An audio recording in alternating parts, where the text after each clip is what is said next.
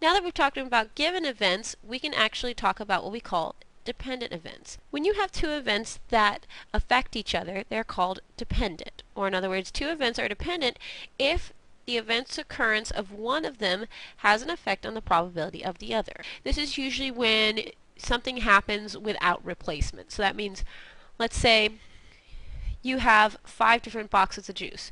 You take one juice, drink it. What's the probability of getting another type of juice? Well, your probability just changed because you have less juices to pick from in the first place. That's what we're talking about when we're looking at dependent events. Whenever you're talking about dependent events, these are going to be your AND events. You have if A and B are dependent events, then the probability of A and B equals the probability of A times the probability of B given that A has already occurred. So let's look at this one right here. There is a bag of 20 M&Ms where 6 are red, 8 are blue, and 6 are green. You pick one M&M, eat it, and then repeat this process. If you pick 2 M&Ms, find the probability we pick 2 red. Well, in order to do this, let's go ahead and just do another factor tree. With your first pick, you could pick one of 3 colors, red, blue, or green. The probability of picking a red is 6 out of 20. The probability of picking a blue is 8 out of 20. The probability of picking a green is 6 out of 20.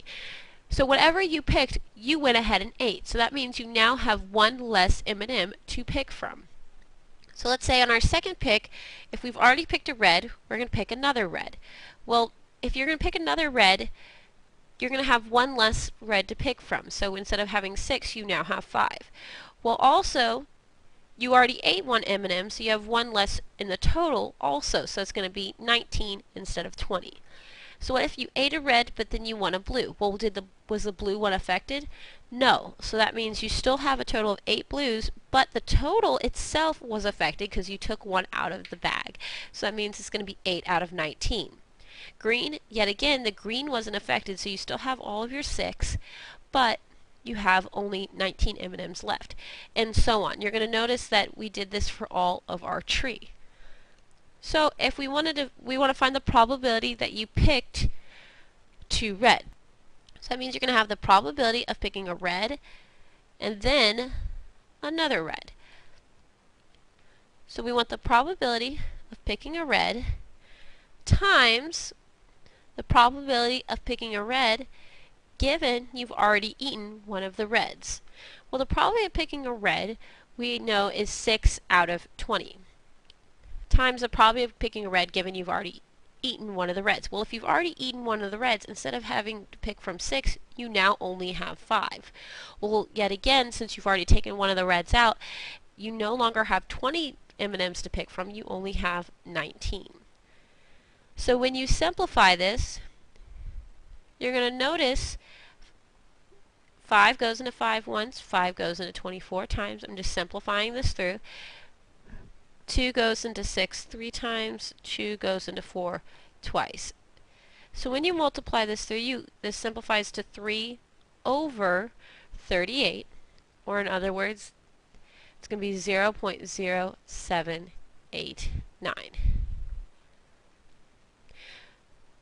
So what's the probability of picking a red and a green? So the probability of picking a red and a green, well, that means you're going to have the probability, so it's going to equal the probability of picking a red, and then if you've eaten it, that's going to affect the probability of picking a green. So it's going to be times the probability of picking a green given that you've already picked a red and you never replaced it.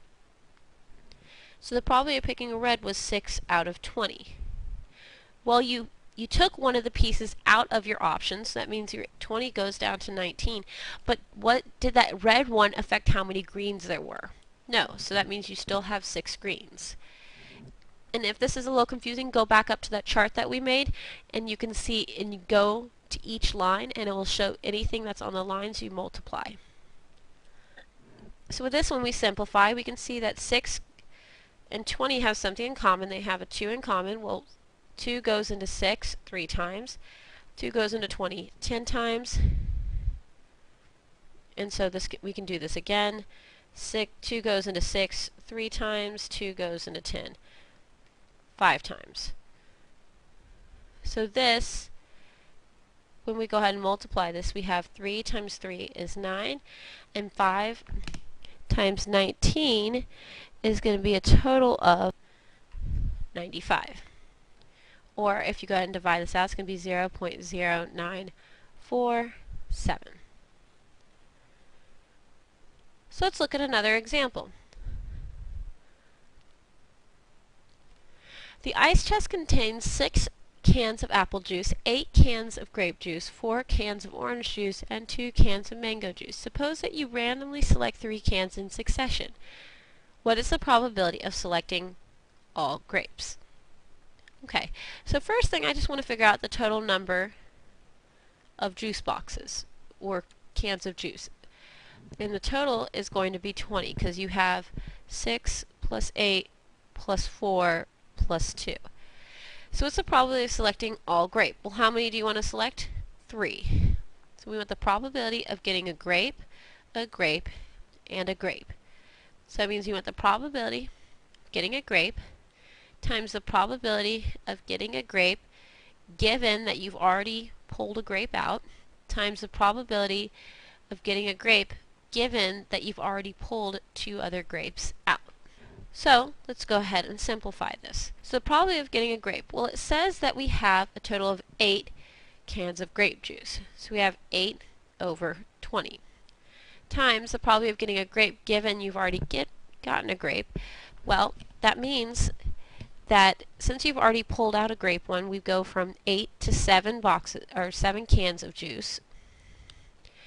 So since you've already picked a grape one out, you're going to go from 8 cans of juice to 7 cans of juice. We're going to go from 20 cans all the way to 19 because we already pulled one out. And our next one, since you've already pulled out 2 cans of grape juice, you're down to a total of only 6 cans to pick from. Well, that also means that this 19 goes down to 18. So when you simplify this, you'll notice that all of our numbers simplify to 2 over 5 times 7 over 19 times 3 times 1 over 3. All I did was simplify our fractions, which gives us 14 over 285. If you go ahead and divide those out, you get your 0.049. So that means you have a 4.9% chance of getting all 3 grapes. So let's look at this next one. What's the probability of selecting an apple juice? So what's the probability of getting an apple and a grape and a mango, given that you don't replace any of these? So you want the probability of getting an apple juice times the probability of getting a grape juice given that you already have an apple juice times the probability of getting a mango given that you've already gotten an apple and a grape juice. So the probability of getting an apple juice, if we go back up and look, we'll see that we have 6 apples out of 20. Well, you drank it, so that means now we only have 19 cans to pick from. But we already picked a grape, or we already picked an apple. Well, does that apple affect how many grapes there were? No, so that means we still have 8 grapes. Then we want to see, what if we pick now a mango juice? Well, instead of having 19 to pick from, we only have 18. Well, did the apple and grape affect how many mangoes we have? No, so that's going to still be 2. If we go ahead and multiply this out, you have 4 over 285. If you multiply this out, this simplifies to 4 over 285, or in other words, 0.014 or 1.4% chance of getting a apple juice, then a grape juice, then a mango juice. And yes, in this case, order does matter.